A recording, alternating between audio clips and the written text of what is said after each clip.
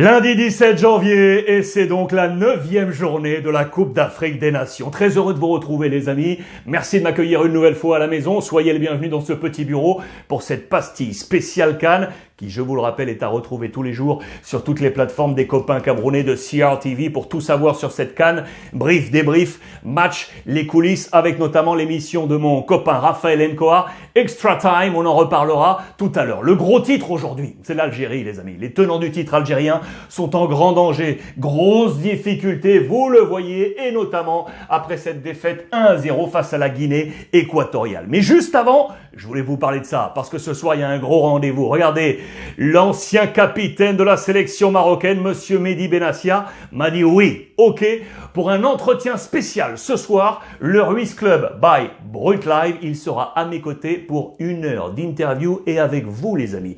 Je vous rappelle que vous avez la possibilité de télécharger gratuitement l'application Brut Live sur l'App Store. Elle arrivera bientôt sur Android. Vous téléchargez l'application, vous suivez ma page et ce soir, à 19h pétante, on est en direct avec Monsieur Mehdi Benassia et vous aurez la possibilité de lui poser des questions. Oui, vous, directement, via vos écrans de téléphone interposés. Si vous manquez ce rendez-vous, rediff ensuite sur YouTube. On commence donc avec l'actualité algérienne. On est en danger. L'Algérie est dernier du groupe, les amis. Le tenant du titre, dernier, défaite face à la Guinée équatoriale, amère déconvenue, vous le voyez à la une de la presse algérienne, le quotidien d'Oran. Je salue toute la famille Bouzerouata qui m'envoie tout ça tous les jours. L'Algérie, c'est la 29e au classement FIFA du 23 décembre dernier.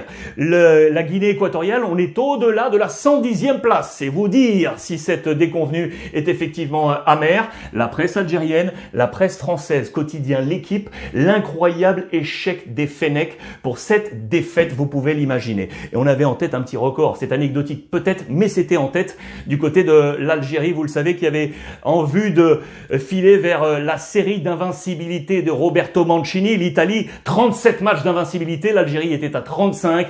Fin de série pour les Algériens, mais le plus important n'est pas là, bien évidemment, c'est la qualif pour le tenant du titre, dernier, 4e de ce groupe E. Vous le voyez, la Côte d'Ivoire est en tête, la Guinée équatoriale, du coup, a fait un boom, est à la 2e place, Sierra Leone, 3e place. Vous le voyez, le champion algérien a été piégé dans ce groupe. Mais ce n'est pas le seul, puisque la Côte d'Ivoire également est en difficulté.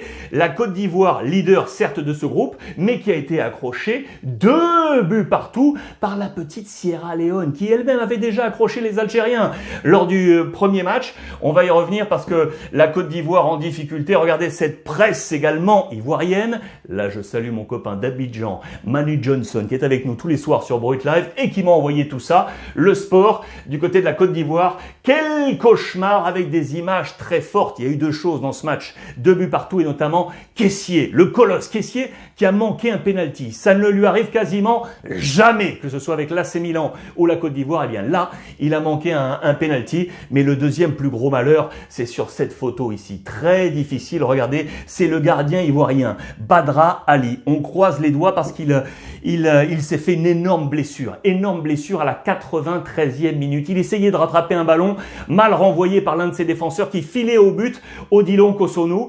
Il rattrape ce ballon mais se blesse sur la retombée. Problème en plus supplémentaire, c'est que le coach ivoirien avait déjà procédé aux 5 changements. C'est du coup Serge Aurier, le joueur de terrain qui a dû prendre la place dans les buts pour les dernières secondes de ce match. On craint le pire pour le gardien ivoirien. On craignait là encore une rupture des ligaments croisés. C'est vraiment à suivre. Et double malheur pour lui. Et on pense très très fort à lui. Deuil familial aujourd'hui dans la famille du malheureux Sangaré Bandra Ali. On a une énorme pensée pour lui, bien évidemment, et pour l'ensemble des supporters ivoiriens. C'était Sébastien Haller qui avait ouvert la marque à la 25e minute et l'égalisation notamment avec Camara. Le deuxième but avec Camara à la 55e. Affaire à suivre pour la Côte d'Ivoire dans ce groupe, bien évidemment. On passe au groupe A, les amis, le Cameroun. Le Cameroun va viser la première place de ce groupe, bien évidemment. Groupe A, Cameroun, Burkina Faso, Cap-Vert, Éthiopie. Vous le voyez, les Lions visent la première place. On attend ça avec impatience alors que les étalons Burkina Faso face à l'Éthiopie sont déterminés pour aller prendre cette deuxième place de qualif. Dans le groupe B, c'est un duel, les amis. C'est un duel entre les 2 premiers qui sont dos à dos et ils vont s'affronter pour cette première place. 4 points chacun. Le Malawi et le Zimbabwe ferment la marche et ils vont s'affronter dans la dernière journée de ce groupe B. On va passer au groupe C maintenant avec le Maroc et un choc qui était très attendu entre le Ghana et le Gabon. Ça s'est pas très bien passé dans ce match, on va reparler du Maroc.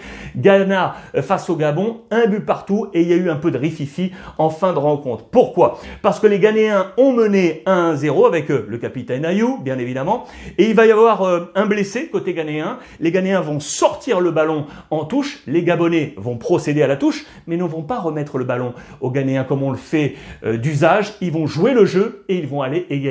Derrière, colère noire des Ghanéens qui en veulent aux Gabonais. Mais voilà, c'est le jeu, c'est ainsi fait, un but partout. Et du coup, voici le classement avant cette troisième et dernière journée. Pour la qualif, vous le voyez, les Marocains sont là, effectivement, avec les 6 points qualifiés. Gabon, Ghana et les Comores avec ce 0. Attention, affaire à suivre ici entre ces deux nations. On file au groupe D avec le Nigeria en tête et la réaction de l'Égypte. Le Nigeria, les amis, pour moi, attention, ça sent le favori.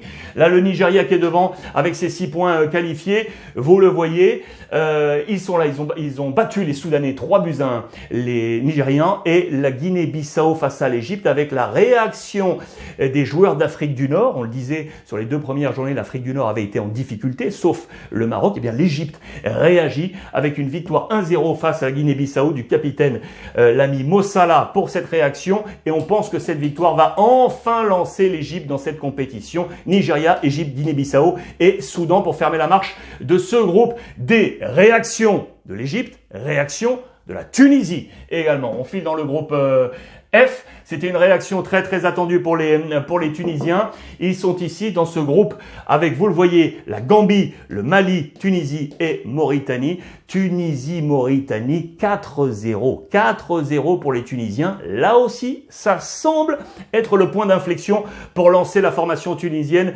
de Monder Kebayer. Match très très attendu pour cette réaction collective. Si je fais un petit bilan là, après ces 2 premières journées, sur le plan des buts, on attendait peut-être un peu plus de spectacle. 12 buts seulement inscrits sur les 12 matchs de ces 2 premières journées. C'est très peu, c'est trop peu pour cette Coupe d'Afrique des Nations. D'autres chiffres à vous donner sur ces 12 buts marqués. 4 pénaltys, 2 pour le Cameroun avec Vincent Aboubakar, 1 pour le Sénégal et 1 pour le Mali. Sachez que sur ces 12 matchs, 9 se sont soldés par la plus petite des marges, 1-0. 9 sur 12 à 1-0. On attend un peu mieux pour la 3e journée et la suite de la compétition. Information à vous donner, elle est capitale. Quant à l'audience, le public qui vient, oui ou non, au stade, la présidence, du Cameroun a pris une décision et un communiqué est tombé par la voix du secrétaire général des services du Premier ministre. Voici ce communiqué transféré par les copains de CRTV avec Raphaël Nkoa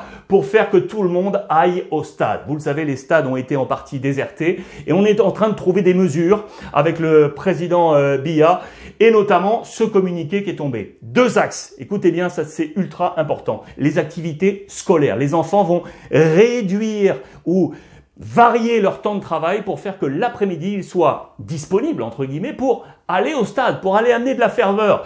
Les activités scolaires et académiques se tiendront de 7h30 à 13h, de 7h30 à 13h. Deuxième mesure, elle est là. Les activités professionnelles s'étaleront de 7h30 à 14h. Ça veut dire que ceux qui bossent au Cameroun à 14h, terminé et on peut aller au stade. C'est plutôt quelque chose qui a été bien vu, notamment par les travailleurs, mais attention, sur le plan scolaire, des voix sont contre cette mesure. Il y a une controverse qui est née, regardez sur la presse également. La mesure cosmétique du gouvernement, on n'est pas tous d'accord sur cette mesure et on pense notamment aux enfants. On ne veut pas les voir comme des clients un peu piégés par cette mesure. On essaye en tout cas de trouver des solutions. Les enfants, si le boulot est fait, ils seront heureux d'aller au stade et de donner de la ferveur. C'est une affaire à suivre. En tout cas, cette mesure prise est controversée. Vous l'avez vu.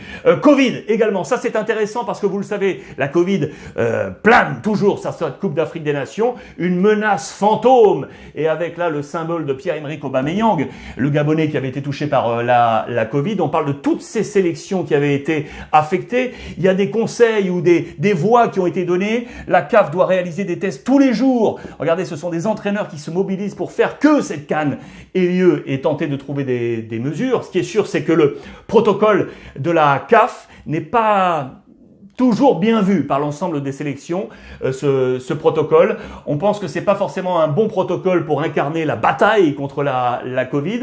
Vous le voyez en attendant, toutes les sélections sont en difficulté. C'est dans les papiers de toute la presse africaine autour de cette Coupe d'Afrique des Nations. C'est une affaire à suivre. Toujours dans les anecdotes de cette CAN, vous dire, ça c'est intéressant, 15 coachs, 15 des 24 équipes, 15 coachs sur 24 de cette Coupe d'Afrique des Nations sont des Africains. Ça fait du bien. Pour l'ADN Afrique Football, 15 sur 24 Africains. On est de plus en plus, moins d'Européens, plus de coachs africains qui tiennent les sélections nationales. C'est intéressant dans cette démarche de la Coupe d'Afrique des Nations. Ça, j'adore. Je voulais vous le montrer. Regardez, ce footeux matheux. C'est monsieur Peter Waweru Kamaku. C'est un arbitre Kenyan au cœur de cette CAN. C'est un énorme arbitre de la FIFA, de la CAF également. Sachez qu'il est également professeur de mathématiques à la Jomo Kenyatta University of Agriculture and Technology et c'est à Nairobi. Il est à la fois arbitre mais également, les amis, professeur de mathématiques. Il a bientôt 40 ans et il est également à la tête de plusieurs publications dans sa spécialité. On lui reconnaît notamment une bonne vingtaine de publications en algèbre générale, théorie des codes et théorie des nombres. Ça, j'adore. Voilà une belle histoire du côté de la Coupe d'Afrique des Nations. Je voulais vous montrer également que la tanière des Lions est sortie de terre. Ça y est, du côté également de Douala, avec ici notamment monsieur Samuel Eto'o, le patron de la FECAFOOT, et monsieur le maire là de Douala, monsieur Roger Mbassa Ndine. Ouverture de ce lieu qui va être là aussi un lieu d'accueil, de fraternité pour vivre cette Coupe d'Afrique des Nations. Et enfin, la dernière anecdote que je voulais vous montrer, c'est dans la presse ivoirienne. Qui est l'inventeur du Vuvuzela? Eh bien, en Côte d'Ivoire, on nous dit que c'est cet homme, les amis, Aladi Trompette. Aladi Trompette, c'est bien entendu pas son vrai nom, hein, c'est Trabillou Jean de son vrai nom. Sachez que il a commencé comme ça à s'inspirer avec ses petites trompettes au début des années 80. Il connaît déjà 4 finales de la CAN, dont 2 victorieuses pour la Côte d'Ivoire en 1992 et 2015. Il a été révélé par ce qu'on a appelé ensuite ainsi le Vuvuzela. Il a connu ça au milieu des années 80, en 86 en Espagne, où il a rencontré un sourd et muet. Écoutez bien, un sourd et muet qui poussait comme ça dans une trompette, alors que lui jusqu'alors utilisait une corne d'animal. Et il a rencontré cet homme, qui lui a appris ce rudiment de la trompette. Il l'a appliqué, cet instrument, il l'a appliqué. Et alors les Sud-Africains l'ont découvert. Ils l'ont vu dans un match entre l'ASEC d'Abidjan et Orlandon. Ils ont décidé de prendre cet outil de musique, de son, pour l'appliquer à eux. Alors lui, il a bien évidemment tenté de déposer le projet. C'était un petit peu cher et du coup les Sud-Africains l'ont déposé. Mais l'inventeur du Vuvuzela serait là et c'est une belle histoire de la CAN. Toutes ces couleurs et toute cette musique de cette grande compétition. Voilà les amis pour ce point autour de ce 9e jour. Je vous rappelle bien entendu CRTV pour absolument tout suivre. Extra Time, mon copain Raphaël Nkoa, 21h50, direct à la fois sur CRTV News et CRTV Sports, plus la rediff dans la nuit, 1h15 du matin sur CRTV Premium. Nous on se retrouve sur YouTube et sur Brut Live. Et n'oubliez pas, ce soir, monsieur Mehdi Benassia. Je vous embrasse et bonne CAN.